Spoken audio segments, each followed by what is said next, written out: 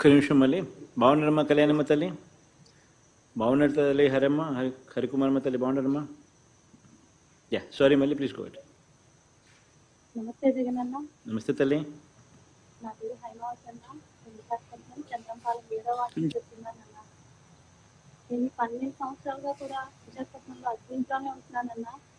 ఏ రకమైన సహాయం కూడా ముందు ప్రభుత్వాల నుంచి నాకు అందింది లేదు.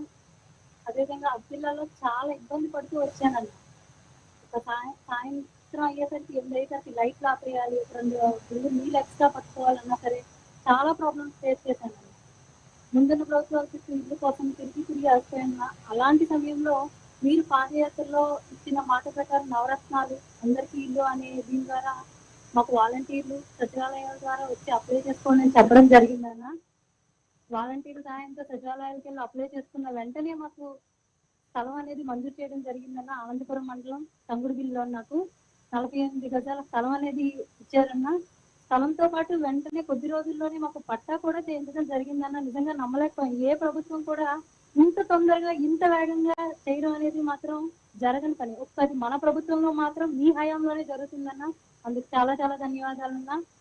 అంతేవిధంగా ఈ విశాఖపట్నంలో ఒక అడుగు భూమి కూడా లేని నాకు ఈ రోజు ఒక లక్షాధికారిగా ఒక 12 నుంచి 15 లక్షలు ఉన్నటువంటి స్థలంతో పాటు ఇంటిని కూడా అందించి దాన్ని ఈ రోజు ఈ విశాఖపట్నంలో పర్వాలేదు అన్న స్థితిలో నిలబెట్టారన్నా. ఒక ఆడపిల్లకి ఏం చేయగలరో అన్నగా అంతకన్నా ఎక్కువే చేశారన్నా.